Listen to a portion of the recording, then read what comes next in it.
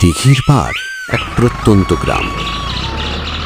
চারদিকে সবুজ মাঠ, পুরনো দিঘি আর শান্ত পরিবেশে ঘেরা ছোট্ট একটি গ্রাম। দিনের বেলায় সবকিছু স্বাভাবিক থাকলেও রাত নামলেই গ্রামের মানুষদের মধ্যে এক অদ্ভুত ভয় কাজ করত। কারণ বহু বছর ধরে গ্রামে একটি রহস্যময় কাহিনী প্রচলিত ছিল। গ্রামের প্রবীণরা বলতো, প্রতি কয়েক বছর পর একবার নাকি আসে কালো পূর্ণিমা। সেই রাতে আকাশে পূর্ণিমার চাঁদ ঠিকই দেখা যায়, কিন্তু তার আলো অন্য সব পূর্ণিমার মতো উজ্জ্বল সাদা নয়।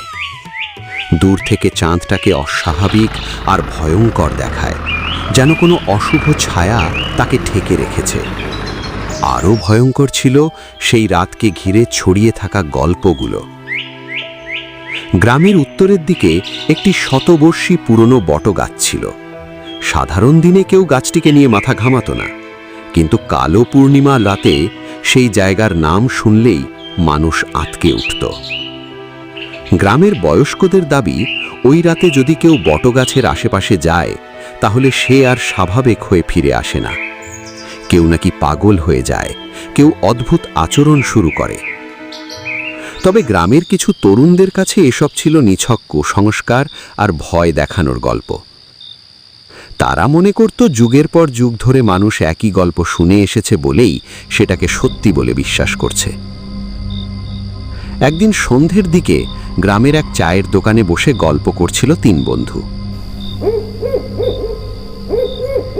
নাইম, সজীব আর ইমরান।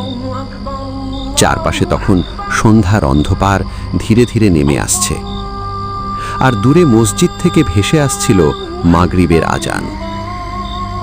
তিন বন্ধু নানা বিষয় নিয়ে হাসি ঠাট্টা করছিল।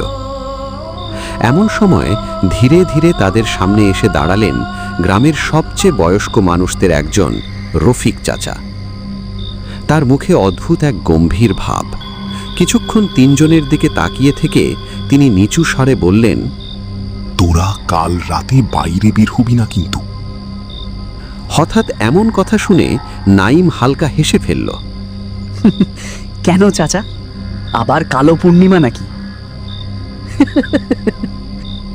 রফিক চাচার মুখের ভাব একটুও বদলালো না, বরং তিনি আরো গম্ভীর হয়ে বললেন, হ্যাঁ, কালো পূর্ণিমা, আর এবারেরটা ভালো কিছুর ইঙ্গিত দিচ্ছে না। চাচা, এইসব ভূতের গল্প এখন আর কেউ বিশ্বাস করে না। এগুলো তো পুরনো দিনের মানুষদের কুসংস্কার। কথাটা শুনে রফিক চাচা দীর্ঘশ্বাস ফেললেন। মনে হলো যেন তিনি এমন কথা আগেও বহুবার শুনেছেন। বিশ্বাস না করলে করিস না, কিন্তু একটা কথা মনে রাখিস, কাল রাত 12টার পর উত্তরের বটগাছের দিকে ভুলেও যাস না। তিন বন্ধু তখনও বিষয়টাকে মজা হিসেবেই নিচ্ছিল, কিন্তু রফিক চাচার কণ্ঠে ছিল এক সতর্কতা। চলে যাওয়ার আগে তিনি আবার বললেন, আমি তোদের সাবধান করে দিলাম, এরপর যা হবার হবে। এই কথা বলে তিনি ধীরে ধীরে অন্ধকার রাস্তা ধরে হেঁটে চলে গেলেন। রফিক চাচা চোখের আড়াল হতেই তিন বন্ধু একে অপরের মুখের দিকে তাকিয়ে হেসে উঠল। দেখছিস, এখনো সবাই ওই বটগাছের গল্প নিয়ে পড়ে আছে। আমার তো মনে হয় কেউ ইচ্ছে করেই এসব গল্প ছড়িয়েছে, যাতে রাতে কেউ ওদিকে না যায়। কিছুক্ষণ চুপ থেকে হঠাৎ নাইম বলল, চল, কাল রাতেই যাই, নিজের চোখে দেখে আসবো আসলে কি আছে সেখানে। আমি তো অবশ্যই যাব ভাই, এতদিন শুধু গল্পই শুনলাম, এবার সত্যিটা দেখা যাক। ঠিক আছে, আমিও আছি। কাল রাত 12টার পর দেখা যাবে ওই বটগাছের রহস্য আসলে কি। তিন বন্ধুর সিদ্ধান্ত হয়ে গেল, কিন্তু তারা তখনও জানতো না পরের রাত তাদের জীবনের সবচেয়ে ভয়ঙ্কর রাত হয়ে উঠতে চলেছে।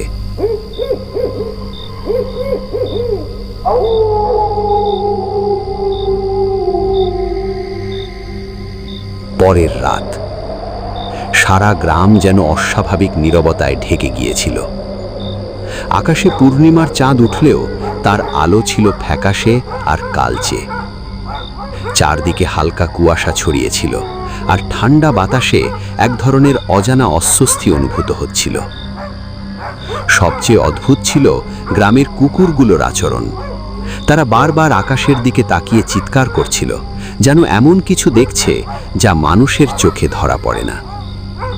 রাত প্রায় 12টা বাজতেই নাইম, সজীব আর ইমরান চুপি চুপি বাড়ি থেকে বেরোলো। তারা গ্রামের উত্তর দিকের সেই পুরনো বটগাছের উদ্দেশ্যে হাঁটতে শুরু করলো। প্রথম দিকে সবাই সাহসী থাকার চেষ্টা করছিল, কিন্তু যতই তারা সামনে এগোচ্ছিল ততই চারপাশের পরিবেশ অদ্ভুত হয়ে উঠছিল। তোরা কিছু শুনছিস? সজীব অবাক হয়ে জিজ্ঞেস করলো, কেন, কি হয়েছে? কেউ যেন কাঁদছে। তার কথা শুনে বাকিরাও কান পেতে শুনল। সত্যি, দূর কোথাও থেকে ভেসে আসছে এক নারীর কান্নার শব্দ। শব্দটা এত করুণ আর অস্বাভাবিক ছিল যে তিনজনের শরীর শিউরে উঠল। ইমরান নিজেকে স্বাভাবিক দেখানোর চেষ্টা করে বলল, হয়তো কারো বাড়ি থেকে আসছে। কিন্তু অদ্ভুত ব্যাপার হলো, তারা যত সামনে এগোতে লাগলো কান্নার শব্দটাও যেন তত দূরে সরে যেতে লাগলো। কিছুক্ষণ পর তারা পৌঁছে গেল সেই পুরনো বটগাছের সামনে। গাছটা কাছ থেকে আরো ভয়ঙ্কর লাগছিল। তার বিশাল ডালপালা চারদিকে এমনভাবে ছড়িয়েছিল যে চাঁদের আলো পর্যন্ত নিচে পৌঁছাতে পারছিল না। ঠিক তখন সজীব হঠাৎ থেমে ফিসফিস করে বলল, ওই দিকে তাকা। নাইম আর ইমরান তার আঙুল অনুসরণ করে তাকালো, আর তাকিয়েই তাদের বুকের ভেতরটা কেঁপে উঠল। গাছের পাশে একটি সাদা কাপড় পরা নারী দাঁড়িয়ে আছে। কিছুক্ষণ কেউ কোনো কথা বলতে পারল না। অবশেষে ইমরান সাহস করে কাঁপা গলায় বলল, এই যে, কি আপনি? চারপাশ নিস্তব্ধ, কোনো উত্তর নেই। হঠাৎ নারীটি ধীরে ধীরে তাদের দিকে তাকালো। তিন বন্ধুর বুক ধড়ফড় করতে লাগলো। আর পরের মুহূর্তেই তারা যা দেখল তা দেখে তাদের শরীর অবশ হয়ে গেল। নারীটির মুখে কোনো চোখ ছিল না। চোখের জায়গায় ছিল শুধু দুটি গভীর কালো ফাঁকা গর্ত। মনে হচ্ছিল সেই অন্ধকার গর্ত দুটো তাদের দিকেই তাকিয়ে আছে। কিন্তু ঠিক তখনই হঠাৎ নারীটি যেন বাতাসের সঙ্গে মিলিয়ে গেল। এক মুহূর্ত আগেও যেখানে সে দাঁড়িয়েছিল, পরের মুহূর্তে সেখানে কিছুই নেই। নাইমের হাত কাঁপছিল। সে আতঙ্কিত কণ্ঠে বলল, চল, আমরা ফিরে যাই। এইখানে আর এক মুহূর্তও থাকা ঠিক হবে না। সজীব আর ইমরানও সঙ্গে সঙ্গে রাজি হয়ে গেল। কিন্তু তারা তখনও রিয়েলাইজ করতে পারল না যেদিক দিয়ে তারা এসেছিল সেদিকের রাস্তাটা যেন অচেনা অচেনা লাগছে। চারদিকে শুধু কুয়াশা। তারা দিশেহারা হয়ে চারদিকে তাকাতে লাগলো। ঠিক তখনই বটগাছের উপরের দিক থেকে ভেসে এলো এক বিকট কর্কশ হাসি। শব্দটা শুনে তিনজনের শরীর ঠান্ডা হয়ে গেল। মনে হচ্ছিল অদৃশ্য কোনো কিছু তাদের দেখছে আর উপহাস করছে। নাইম সাহস সঞ্চার করে চিৎকার করে বলল, কে ওখানে? চারদিকে আবার নিস্তব্ধতা নেমে এলো। কোনো উত্তর নেই। শুধু অন্ধকারের ভেতর থেকে বারবার ভেসে আসতে লাগলো সেই ভয়ঙ্কর হাসির শব্দ। হঠাৎ নিস্তব্ধ রাত কাঁপিয়ে নাইম চিৎকার করে উঠল, ইমরান, দেখ তোর পিছনে কি! তার কণ্ঠে এমন আতঙ্ক ছিল যে ইমরান আর সজীবে বুক ধক করে উঠল। আর তারপর যা দেখল তা দেখে তাদের শরীর জমে গেল। ইমরানের ঠিক পিছনে দাঁড়িয়ে আছে সেই একই সাদা কাপড় পরা নারী। তার মুখে ছড়িয়ে আছে অস্বাভাবিক বড় এক হাসি, আর সেই কালো চোখহীন মুখটা সরাসরি ইমরানের দিকে তাকিয়ে আছে। ইমরান ভয়ে পেছনে সরে যেতে চাইল, কিন্তু তার পা যেন মাটিতে আটকে গেছে। ঠিক তখনই চারপাশের কুয়াশা হঠাৎ করে আরো ঘন হয়ে উঠল। নাইম চিৎকার করে উঠল, ইমরান, কোথায় তুই?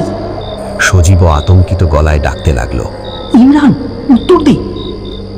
কিন্তু চারপাশে শুধু প্রতিধ্বনি ফিরে এলো। কিছুক্ষণ পর কুয়াশা ধীরে ধীরে পাতলা হতে শুরু করলো, আর তখন তারা দেখল ইমরান আর সেখানে নেই।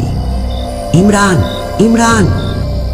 দুজন বারবার চিৎকার করতে লাগলো, কিন্তু কোনো উত্তর পাওয়া গেল না।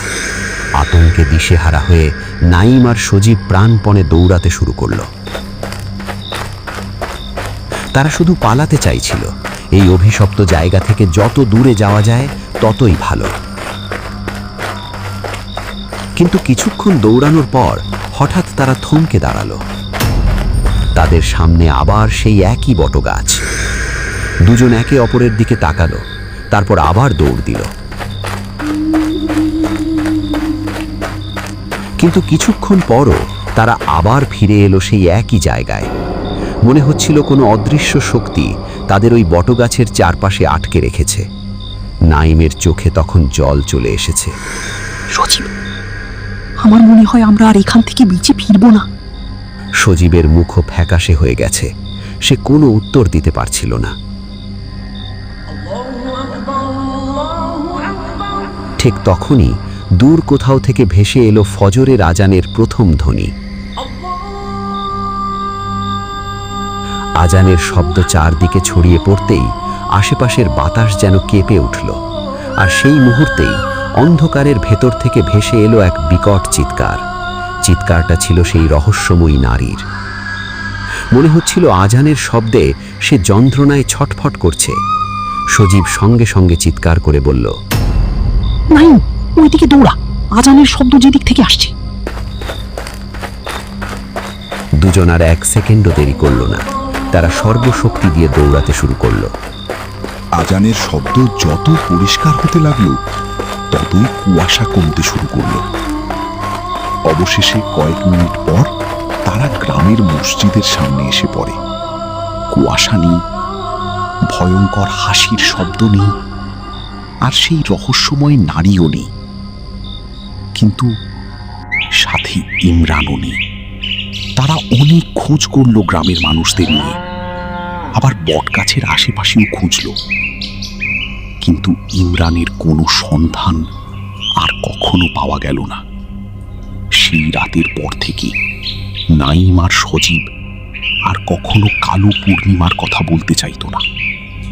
আর দিঘির পাড় গ্রামের মানুষদের কাছে সেই রাতটি হয়ে রইল এক ভয়ঙ্কর রহস্য, যার উত্তর আজও কেউ জানে না।